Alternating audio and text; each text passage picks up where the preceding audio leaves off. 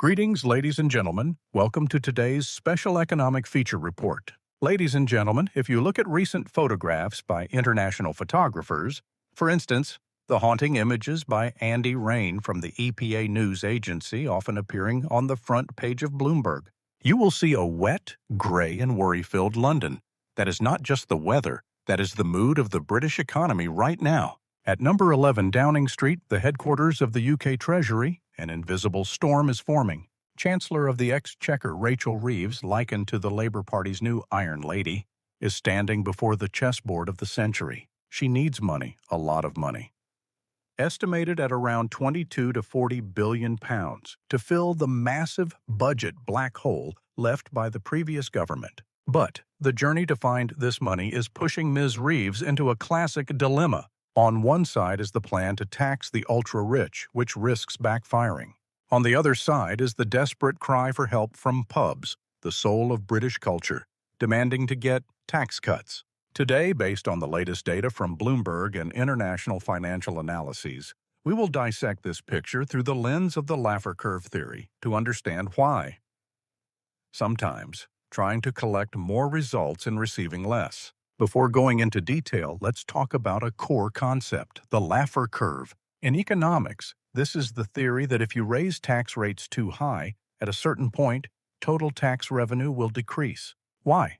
Because taxpayers will lose the incentive to work, or worse, they will seek ways to evade or leave the market. And ladies and gentlemen, the UK seems to be sliding down the right-hand slope of this curve. Event number 1. The plan for maximum collection and the risk of backfire. Chancellor Rachel Reeves and the Labour Party government have put forward a bold strategy, targeting the pockets of the top % wealthiest. The goal is very clear. Take from the rich to cover the budget deficit. 3 main prongs of attack include abolishing the non-domiciled status. This is a controversial historical privilege. Previously, billionaires living in the UK but with foreign domicile did not have to pay tax on income generated outside the UK. Ms. Reeves wants to end this, reforming inheritance tax, IHT, taxing global assets instead of just assets in the UK, increasing capital gains tax, hitting hard on investment profits. It sounds reasonable in terms of social justice. But in terms of behavioral economics, Bloomberg warns of a frightening phenomenon, the exodus. Confidential and public financial reports both point to an alarming trend. The ultra-rich are not sitting still, waiting to be taxed. They are stirring to move assets and themselves to friendlier tax havens like Milan, Italy, Dubai, or Switzerland. Imagine, a non-dom billionaire could contribute millions of pounds in consumption and investment taxes each year in the UK. If they leave out of fear of new tax laws, the UK Treasury not only fails to collect an extra penny from inheritance tax, but also completely loses the current revenue stream. Real data has proven this. Revenue from capital gains tax is showing signs of decline. Why? Because investors are hoarding assets, not selling to take profits, or are quietly restructuring investment portfolios to dodge the law. This action freezes capital flows, making the market less dynamic. Recent leaked information shows that, facing the pressure of fleeing capital, Ms. Reeves is being forced to consider softening regulations on inheritance tax. This is the first sign of concession to the harsh reality. You cannot pluck a goose if it has already flown to the neighbor's coop. Leaving the glass and steel financial towers of the ultra-rich, let us step down to the street, into the ancient pubs, considered the living room of the British people. Here, a different story is unfolding. It is not a story of tax evasion, but a story of survival. Event number 2, the pub industry and the plea for tax cuts. While the government wants to raise taxes on the upper class, in the real economy layer, businesses are begging for tax cuts. The pub industry is facing a perfect storm. Let's look at the balance sheet of a typical pub owner in London or Manchester right now. Operating costs skyrocketing. The national living wage increase forces them to pay more to staff. Energy bills remain anchored at high levels. Input material prices, from barley to food, are all climbing.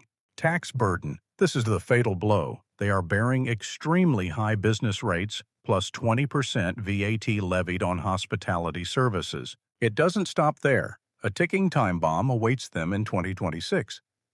Property revaluation. It is projected that tax bills for many pubs will increase by another 30% to 40%. Pub associations have sent the Treasury an urgent message, but it is not asking for handouts. They present a sharp economic argument: cut taxes for us to nurture future revenue. Specifically, they propose cutting VAT, reducing draft duty, or reforming the business rate system. Their argument is, if Ms. Reeves does not cut taxes, thousands of pubs will go bankrupt. When a pub closes, the Treasury permanently loses corporate tax revenue from that pub, loses VAT revenue, and worse, the government has to pay unemployment benefits to thousands of laid-off staff. This is a reverse math problem: cut tax rates to save the tax base. Ladies and gentlemen, stringing these two events together, we clearly see the difficult picture Chancellor Rachel Reeves is facing. Bloomberg and international analysts call this a journey of walking the tightrope without a safety net. Let's look at the two ends of the scale. On the input side, revenue. Ms. Reeves tries to raise taxes on the rich to fill the budget, but paradoxically, the tighter the squeeze, the more likely the goose that lays the golden eggs is to fly away, leading to a risk of an even larger revenue shortfall. On the output side, support. Core businesses like the pub industry are gasping for air.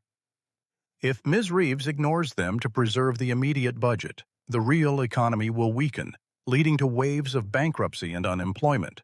But if she agrees to cut taxes to save them, the £40 billion budget black hole will become even deeper. Analysts from Bloomberg assess that the UK's fiscal policy is standing at a crossroads. Mechanical maximum collection could strangle growth momentum. Conversely, rigidity in supporting businesses will lead to the collapse of iconic industries. Most likely, Ms. Rachel Reeves will have to choose the path of compromise, a path no less thorny. We may see a scenario of taking one step back to take two steps forward. First, reducing the aggressiveness in tax increases on the rich, especially inheritance tax, to keep capital in London.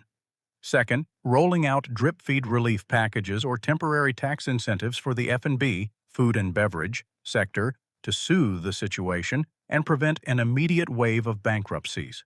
But until the final decision is made, the atmosphere in London's financial district will remain like Andy Rain's photographs: gloomy, waiting, and full of uncertainty. MC, thank you for listening to today's special analysis report.